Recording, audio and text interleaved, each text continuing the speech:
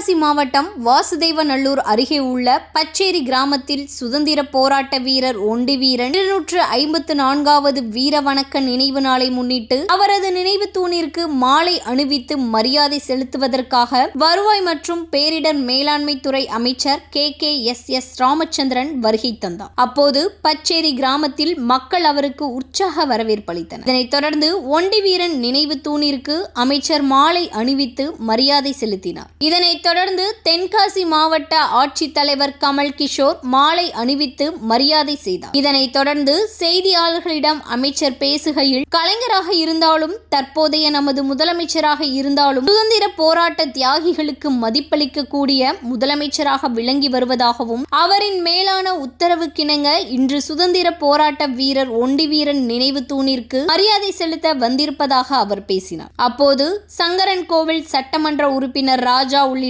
திமுக நிர்வாகிகள் அரசு அதிகாரிகள் உடன் இருந்தனர். முன்னதாக அவரின் வாரிசுதாரர்கள் நினைவு தூணிற்கு இருக்கும் பால்குடம் எடுத்து முளைப்பாரி எடுத்தும் வழிபாடு நடத்தி மாலை அணிவித்து மரியாதை செலுத்தினர்.